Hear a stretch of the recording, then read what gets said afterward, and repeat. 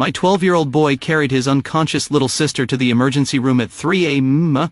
When doctors examined her and asked what happened, his confession made the entire ER go silent. The nurse called me. I returned immediately from the business trip. When I arrived at our home, I discovered the scary incident that shook the whole town. Ross Parker stood in the shell of the 1920s theater, running his hand along exposed brick that had witnessed a century of stories. At 42, he'd built his reputation restoring forgotten buildings, finding beauty in ruins, structure in chaos. His firm, Parker Restoration, had transformed abandoned warehouses into loft apartments, decrepit libraries into boutique hotels.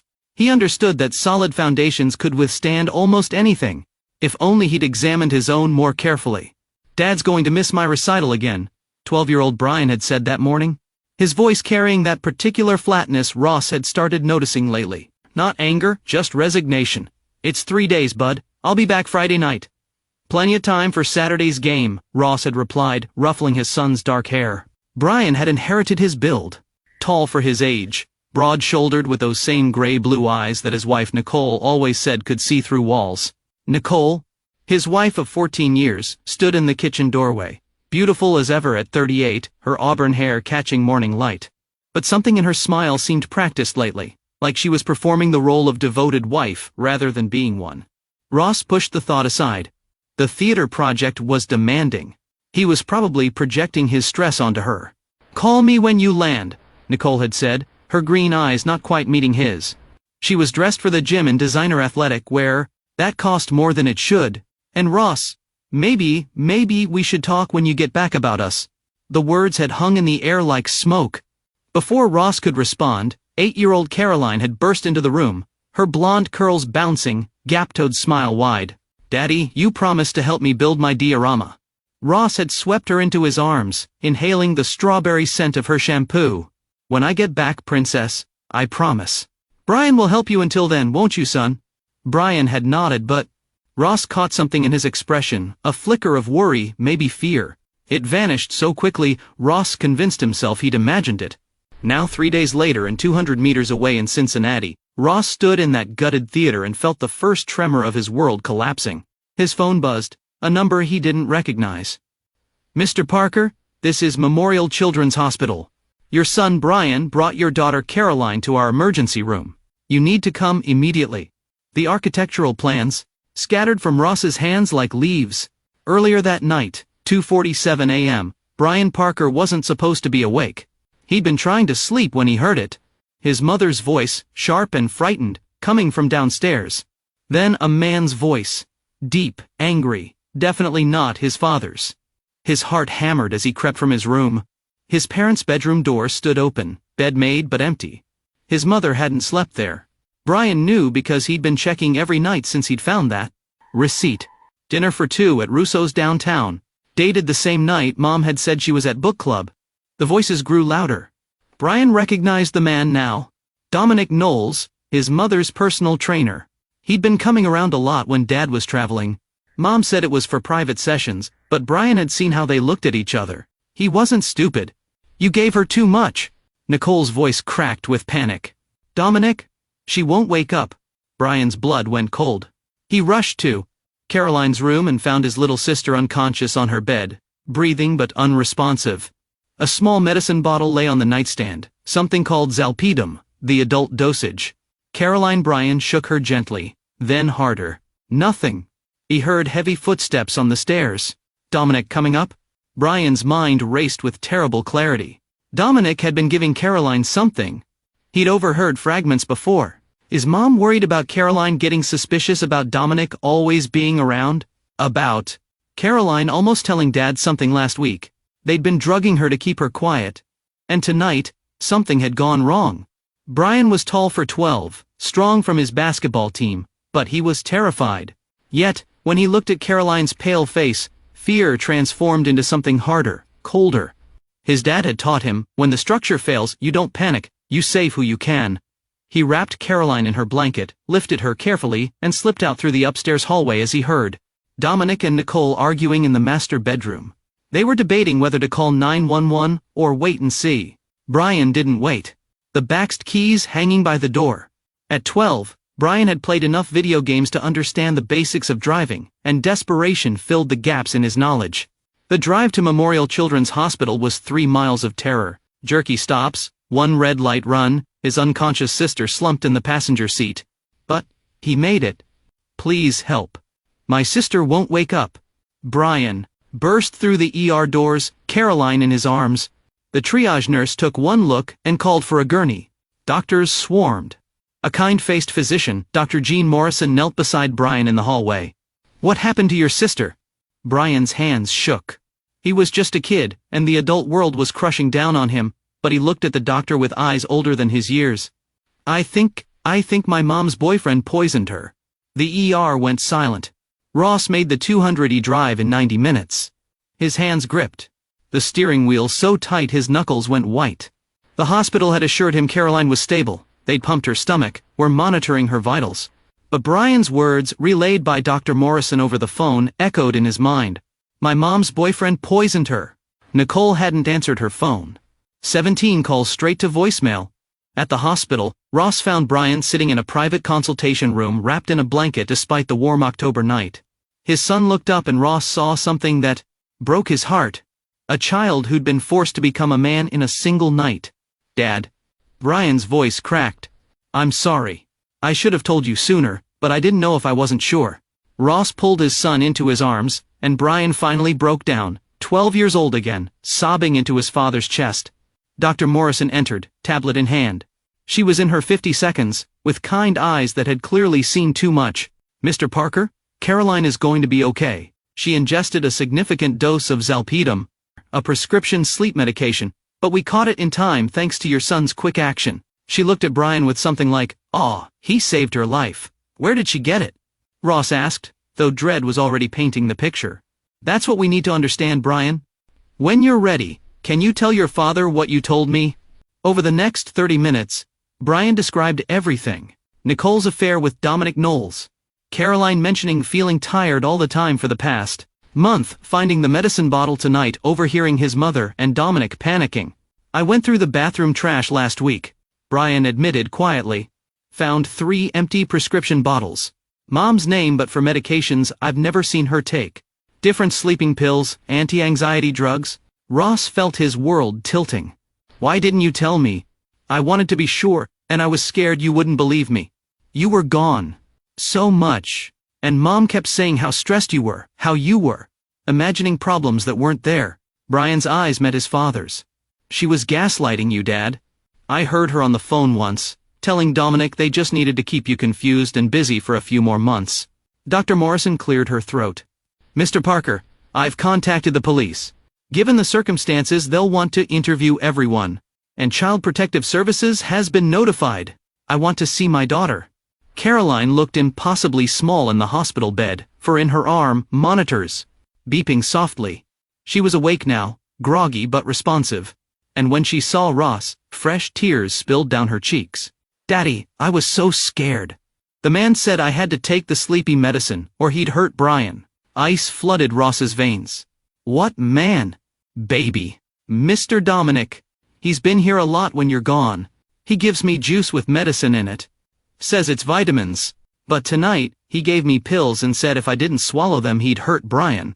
Ross kissed his daughter's forehead, his mind sharp and clear despite the horror. Dominic Knowles had threatened his children, used his wife, poisoned his daughter. The old Ross, the one who still believed in the system, in courts and justice, died in that hospital room. What remained was something colder, harder, forged in the same fires that had once made him rebuild broken buildings. Some structures he realized needed to be demolished before you could rebuild. "I'm going home," Ross told Brian. "Stay here with your sister. A police officer will be outside your room. Don't let anyone in except Dr. Morrison or me." "Dad, what are you going to do?" Ross looked at his son, and Brian saw something in his father's eyes that made him simultaneously afraid and relieved. "I'm going to fix this." Ross Parker arrived home at 6:47 a.m. The house, a renovated Victorian he'd restored himself, where he'd built memories and assumed he was building a future, looked the same. Red brick, white trim, porch swing where Caroline loved to read. But now he saw it differently. A crime scene. Nicole's car sat in the driveway. Lights were on inside. Ross had called his business partner, Alan Robinson, from the road.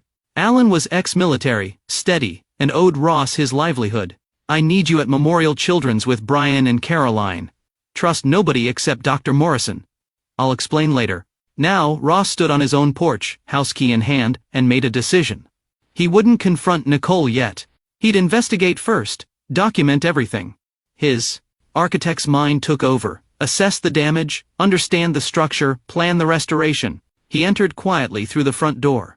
The living room looked normal, too normal. Someone had cleaned recently. He could smell Pine's soul and anxiety. In the kitchen, he found his wife sitting at the island, head in her hands. She looked up when he entered, and Ross saw the calculation flash across her face before the tears started. "Ross, oh my God, I've been trying to call you. Your phone was off. 17 calls. The battery died. I was so panicked. Caroline got sick somehow. And then Brian took her without telling me." "Stop." Ross's voice could have cut glass. "I've been at the hospital for 2 hours. I know about the Zolpidem." Nicole's perfect composure cracked just slightly. "That's what the doctor said, but I don't understand how. Where's Dominic?" The name hung in the air like a guillotine blade. Nicole went pale. "I don't who?" "Dominic Knowles, your personal trainer. The man who's been in this house around my children drugging my daughter." "Ross, you're not thinking clearly. You're tired. You're stressed. Our son drove Caroline to the ER at 3 a.m. because your boyfriend gave her an overdose. She told the doctors everything. She told me everything." Nicole stood abruptly, and Ross saw the shift, the loving wife mask falling away, replaced by something cornered and dangerous. "That little I told Dominic she was getting too smart for her own good." The admission shocked them both. Nicole's hand flew to her mouth. But the truth was out, poisonous, and final. Ross felt eerily calm. "Why? You really want to know?" Nicole's voice turned bitter. "Because you were never here, Ross. Always at some construction site, some dying building that mattered more than your own family. Dominic paid attention to me. He made me feel alive again. So, you let him drug our 8-year-old daughter. She was going to ruin everything. She saw Dominic leaving our bedroom one morning, threatened to tell you. He said we just needed to keep her quiet until Nicole stopped." "Until what?"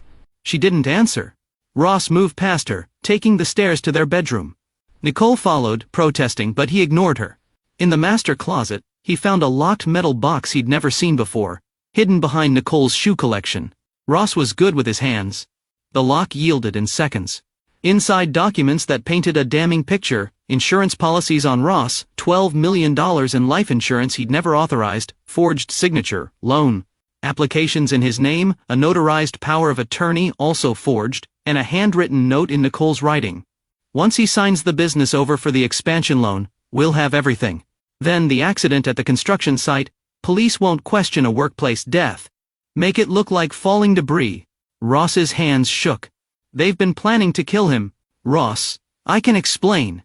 Nicole grabbed his arm. He shook her off, pulling out his phone to photograph every document. "Don't touch me. It wasn't supposed to go this far. Dominic said it was just finances. Just getting what I deserved after years of being a construction widow. You deserve prison." The front door slammed downstairs. Heavy footsteps. A man's voice called out, "Nicole, baby, where are you? We need to deal with the kid situation before." Dominic Knowles appeared in the bedroom doorway.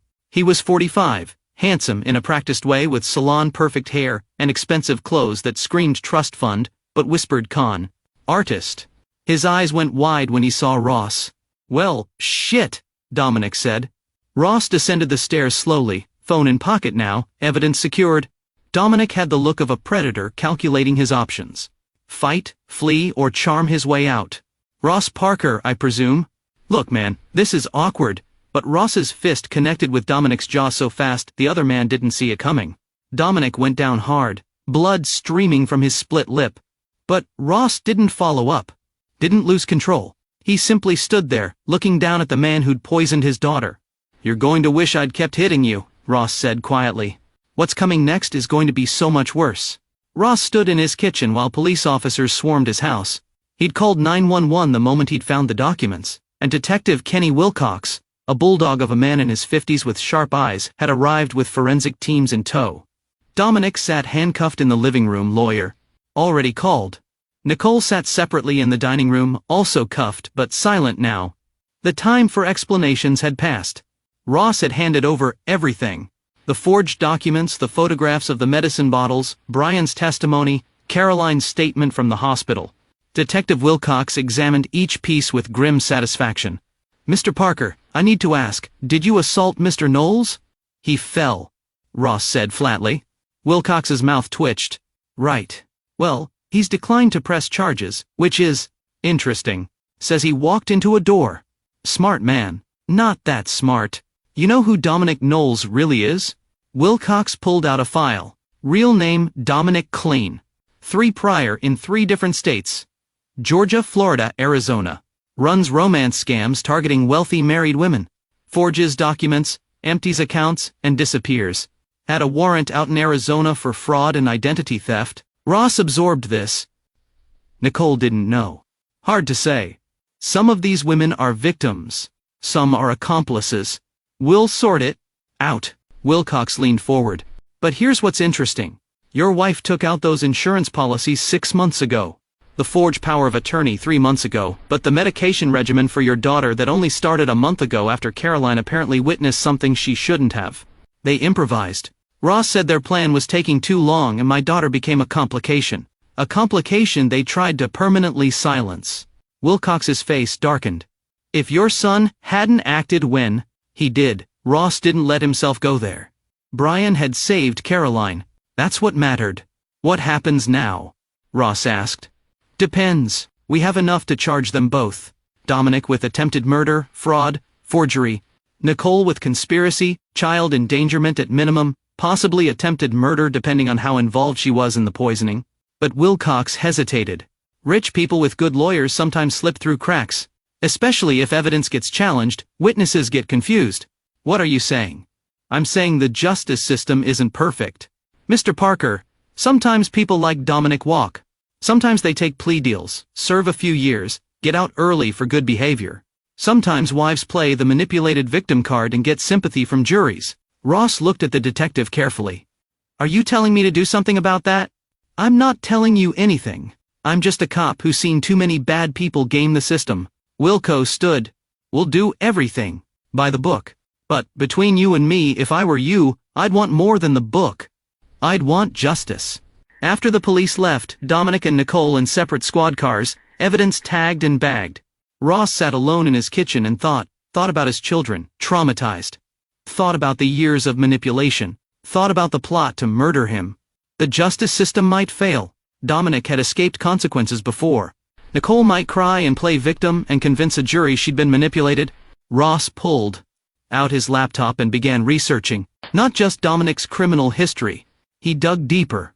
Where did Dominic live? Who were his associates? His bank accounts? His patterns? Ross Parker had spent 20 years studying structures, understanding how buildings rose and fell. Now he'd apply those same principles to people. Find the foundations, identify the weak points, apply precise pressure. By dawn, Ross had a plan. It was audacious, probably illegal, and would require perfect execution. He'd build a career, making impossible restorations happen. Now he'd restore something else. His family's safety, his children's peace of mind, and his own sense of justice. But first, he needed allies. Alan Robinson arrived at the hospital with coffee and Danish pastries from Brian's favorite bakery. He found Ross sitting beside Caroline's bed, watching his daughter sleep with Brian dozing in a nearby chair. "You look like hell," Alan said quietly, handing Ross a coffee. Ross took it gratefully. Alan was 58, weathered and capable, with the kind of steady presence that came from 20 years in the Marines. They'd met when Alan was working construction after his military retirement, and Ross had offered him a partnership instead of a paycheck. Alan had never forgotten. "Need a favor," Ross said. "Possibly several illegal favors." Alan didn't even blink. "Name it." Over the next hour, Ross laid out everything. Nicole's betrayal, Dominic's criminal history, the plot to kill him, and most importantly, what he'd learned about Dominic Klein's operations. "Turns out Dominic has done this before," Ross explained. "Always targets married women with wealthy husbands. But here's the interesting part. He never works alone. There's always a female partner, someone who befriends the wife first, gains her confidence, introduces her to a trainer or a life coach or whatever identity Dominic is using. Who was the partner here? Woman named Marilyn Metoff joined Nicole's gym 6 months ago, became her best friend, then conveniently introduced her to Dominic. Ross pulled up a photo on his phone. Except Marilyn Metoff doesn't exist. Real name Marlene Kapinski, partner in 5 previous cons. So, we have 2 professional con artists who tried to kill you and poisoned your daughter, and who've escaped consequences repeatedly by being smart, careful and connected. Dominic has a lawyer on retainer, Guillermo Mlauchlin. Dirty as they come. He's already filing motions to suppress evidence, claiming illegal search and seizure. Alan's eyes narrowed. What do you need me to do? I need you to help me make sure they never hurt anyone again. The legal system might not be enough. Detective Wilcox basically admitted as much. You talking about what I think you're talking about? Ross met his friend's eyes. I'm talking about making them face justice on our terms. Nothing that will blow back on my kids. Nothing that will make me a criminal, but something that guarantees they pay. Alan was quiet for a long moment. Then I'm in. What's the plan? Ross smiled for the first time in days. It wasn't a pleasant smile. We're going to give them exactly what they wanted, just not the way they expected. 3 weeks passed. Caroline came home from the hospital physically recovered, but having nightmares. Brian meanwhile had grown quieter, older, carrying a burden no 12-year-old should bear. Ross made sure they both started seeing Dr. Robbie Welch, a trauma therapist who specialized in children. Slowly, painfully, they began to heal. Nicole and Dominic were out on bail, separate bonds posted by Guo McLaughlin's firm. The prosecution was building its case. But, as Detective Wilcox had predicted, complications arose. Evidence chain of custody questions. Nicole's lawyers painting her as a victim of Dominic's manipulation. Character witnesses testifying to her devotion as a mother. Ross attended every hearing, watched every legal maneuver, and smiled politely. Because while the lawyers argued in court, Ross was executing a different plan entirely. The key was Marilyn Metoff, or Marlene Kapinski. Ross had tracked her to a luxury apartment in Columbus, still living free because prosecutors hadn't connected her to the crime yet. But Ross had connected her to something else. 3 other active cons. 3 other wealthy married women being set up for the same fate Nicole had planned for him. Ross made anonymous calls to those women posing as a concerned investigator. Provided evidence, planted seeds of doubt. Within a week, 2 of the women had kicked out their trainers and 1 had filed a police report. Then Ross visited Marlene personally. She opened her apartment door to find Ross standing there with a tablet computer. Mr. Parker, I was wondering when you'd show up. Smart lady, can we talk? Marlene, 42, blonde, ruthlessly beautiful, stepped aside to let him in. Her apartment was expensive but temporary. The kind of place someone lived when they never stayed anywhere long. You're not wearing a wire, are you? Marlene asked. No, this is off the books. So, why are you here? Come to threaten me because, honey, I've been threatened by better men than you. Ross set his tablet on her coffee table. I'm here to offer you a deal. You testify against Dominic clean, provide evidence of his pattern of cons, and I'll make sure you walk away clean. Marlene laughed. Why would I do that? Because Dominic's going down whether you help or not. I've got evidence connecting him to 4 attempted murders across 3 states, not counting my daughter. But you're smart enough to take a deal. Immunity in exchange for testimony. You could disappear, start fresh, leave this life behind. And if I don't, Ross pressed play on a video file. Marlene's face appeared on screen having a conversation with Dominic in a parking garage. The audio was crystal clear, discussing the Parker job, how much money they'd split, and most damningly, Marlene saying, just make sure the kid doesn't wake up. Dead witnesses don't testify. Marlene went white. How did you? I'm very good at finding structural weaknesses. Your car has been parked in that garage for 3 months. The security camera has a perfect angle. Amazing what you can retrieve with the right access. That's illegal surveillance, probably. Are you going to report me? Because I can't be charged if this video mysteriously ends up with prosecutors. Anonymous tip. Happens all the time. Ross leaned forward, but I'd rather use it differently. I want Dominic to pay for what he did to my daughter. You can either help me make that happen or you can go down with him. Your choice. Marlene stared at the frozen image of herself on the tablet. What exactly are you offering? I provide this evidence to you. You take it to prosecutors. Say you found it. had a crisis of conscience. You testify against Dominic, reveal his entire operation. In exchange, you get immunity, witness protection if needed, and you disappear. But Ross's voice hardened. If you ever run this con again, if you ever hurt another child, I'll find you, and there won't be a deal next time. You'd really let me walk. I don't care about you, Marlene. I care about my children and stopping Dominic. You're just a means to an end. She was quiet for a long time. Then I want it in writing. Immunity guaranteed. I'll make it happen. But you delivered Dominic first. Marlene smiled. And Ross saw the survivor in her. The person who'd always known when to jump ship. Deal. That bastard gave me a 30% cut when I did 60% of the work anyway. The trial came faster than expected. With Marlene's testimony and evidence, prosecutors moved aggressively. Dominic's lawyer tried every trick, but the avalanche of evidence was overwhelming. Forged documents, testimony from 3 other victims Marlene had identified, medical records showing Caroline's systematic poisoning, and Brian's heart-wrenching testimony about finding his sister unconscious. But Ross wasn't leaving it to the court alone. Through Alan's military contacts, Ross had learned something interesting. Dominic Klein had debts, serious debts to serious people. He borrowed money to finance his cons, always paying back with his fraud proceeds. But now facing prison, his assets frozen, Dominic was in default. Ross made sure Dominic's creditors knew exactly where to find him. The attack came 2 nights before Dominic's trial was set to conclude. 3 men caught Dominic leaving his lawyer's office. They didn't kill him, just broke both his legs, his right arm, and several ribs. Sent a message. Dominic survived but was hospitalized. Trial delayed. His lawyer tried to argue he was too traumatized to continue. The judge was unsympathetic. Meanwhile, Nicole's defense collapsed when Marlene testified that Nicole had been fully aware of the murder plot, had actively participated in forging documents, and had personally suggested using medication to keep Caroline manageable. She wanted Ross dead. Marlene told the jury she was tired of being a housewife, wanted his money, his business, and a new life with Dominic. The daughter was just collateral damage. Ross watched Nicole's face as the jury returned their verdict. Guilty on all counts. Conspiracy to commit murder, attempted murder, child endangerment, fraud. 75 years combined. Dominic, broken and terrified, took a plea deal, 40 years, no parole. His lawyer tried to argue the assault had prejudiced the case, but Detective Wilcox testified that Dominic's beating was unrelated to this case. Appears to be a personal financial dispute. Ross sat in the gallery through both sentencings. When Nicole was led away in chains, she looked at him once. Ross's face showed nothing. No anger, no satisfaction, no pain, just the blank expression of a man watching a condemned building finally collapse. 6 months later, Ross stood in his newly renovated kitchen, watching Brian teach Caroline how to make pancakes. His daughter's nightmares had faded. Her laughter had returned.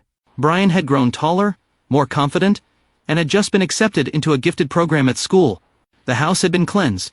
Every room repainted, new furniture, new memories built on top of the old foundation. Alan knocked on the doorframe, got the final paperwork. Nicole signed over all parental rights. No custody, no visitation. She's done. Good, Ross said simply. You know she's trying to appeal. Claims she was coerced, manipulated by Dominic. Let her try. The evidence is overwhelming. Ross poured Alan a coffee. What about Marlene? Disappeared. Witness protection worked. Heard she moved to Montana. Works at a bookstore now. Living quiet. She earned it. Alan studied his friend. You sleep okay these days? Ross considered the question. Better than I expected. You? I'm good. Those got what they deserved. They stood in comfortable silence, watching the kids laugh in the kitchen. Finally, Alan asked the question Ross knew was coming. No regrets about any of it. Ross thought about the surveillance he'd obtained illegally, the creditors he'd contacted, the evidence he'd manipulated to make sure the case was airtight, the systematic destruction of 2 lives carefully orchestrated to look like simple justice. None, Ross said. They tried to murder me and poison my daughter. The courts would have given them maybe 20 years with good behavior. Now they'll die in prison and my kids are safe. You're a scary man when you want to be Ross Parker. Ross smiled. I just understand structures, Alan.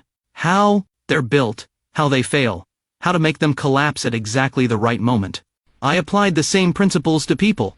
Architect of their destruction, more like urban renewal, removing blight, making space for something better. Brian called from the kitchen. "Dad, Caroline's pancakes are burning." Ross laughed, truly laughed, and went to help his children. The trial was over. The bad people were punished. His family was healing. Sometimes, Ross reflected, you couldn't restore a damaged structure. Sometimes you had to demolish it completely and rebuild from scratch. He'd done that with his life, his family, his sense of security. The foundation was solid now. The walls were strong, and Ross Parker stood guard, a quiet sentinel who'd learned that sometimes the best justice wasn't the kind served in courtrooms. That night after the kids were asleep, Ross stood on his renovated porch looking at the stars. His phone buzzed. A message from Detective Wilcox heard Dominic got transferred to a maximum security facility. He won't survive long there. Those debts follow people. Just thought you should know. Ross deleted the message and went inside. He had a diorama to help Caroline finish for school, a basketball game to attend for Brian, and a business to run.